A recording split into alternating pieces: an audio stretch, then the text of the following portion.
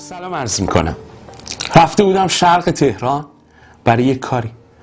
دیدم میدون تره بار هست. گفتم میوه بخرم برای هلنم، 6 سالشه، خیلی هم میوه دوست داره. در حال انتخاب میوه بودم که یه پدری که معلوم بود خیلی زحمت کشه با فرشته کوچولوش وارد میوه فروشی شدن. یه نگاه کردن همه میوه ها رو، بعد آروم آروم رفتن سمت سیب ها. قیمتش بالا بود. پدر با یه شرم و نجابت از فروشنده پرسید که سیبای کوچولوتر هم دارین؟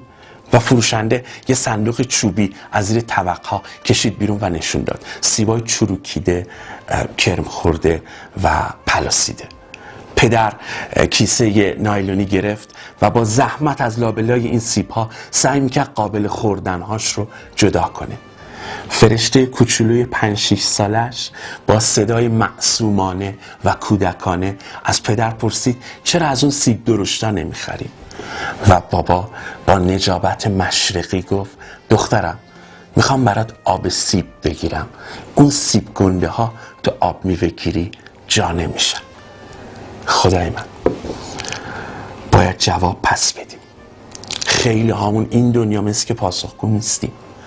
حداقل بدونیم اون دنیا باید جواب پس بدیم به پدری که برای اینکه شرمنده نشه، سرشو خم نکنه و اشک تو چشماش حلقه نزنه، میره سیبای کوچولوی پلاسیده میخره و به فرشته کوچولوش میگه که میخوام برات آب سیب بگیرم.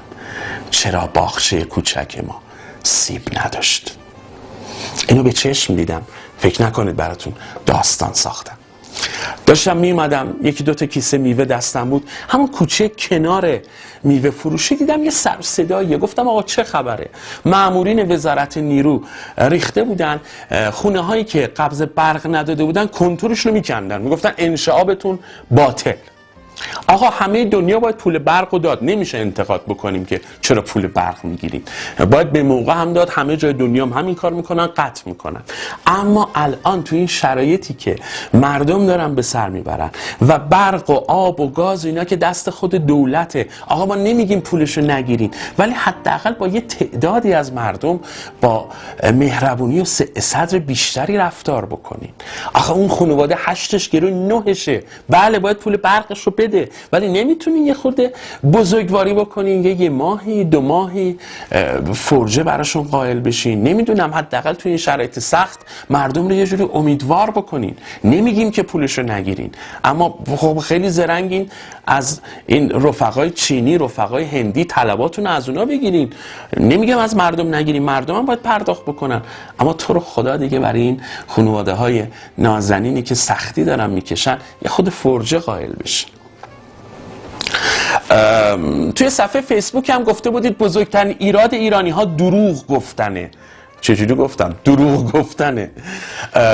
واقعا هم همینطوره دیگه با هم که تعارف نداریم. برید امارات، ترکیه، فرانسه، آلمان، همه جا میگن آقا ایرانی ها خیلی دروغ میگن.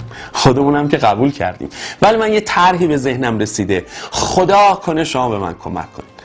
خدا کنه که شما به من کمک کنین این طرح بگیره.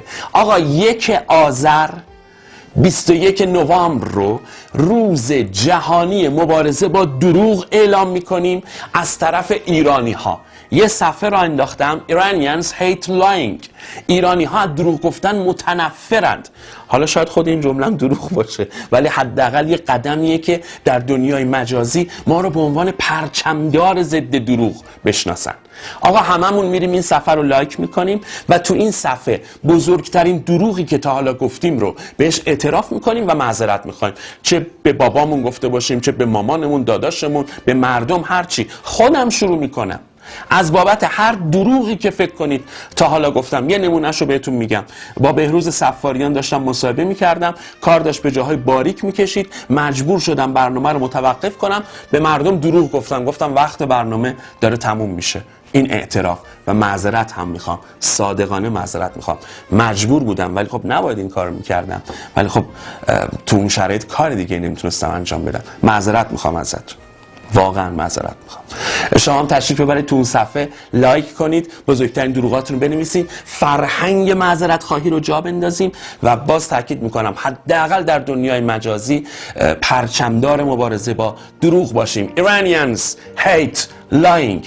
جان من سیاسی نکنید بحث رو، بذارید این کمپین کاملا فرهنگی بمونه و فقط راجع به دروغ هایی که به هم دیگه گفتیم، به در و همسایه، به پدر و مادر، راجع به اینها صحبت بکنیم. آقا هر دروغی به ما گفتن به اون کاری نداریم، از سوی سیاستمدارها، دولت مردها، هر چیزی. ما دور سیاست خط میکشیم. این کمپین فرهنگی است و فقط میخوایم نشون بدیم که اصالت فرهنگ ایرانی با دروغ مخالفه.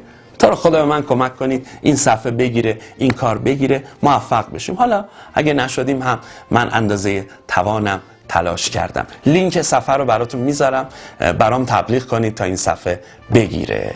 قربون شما برم. مخلصم.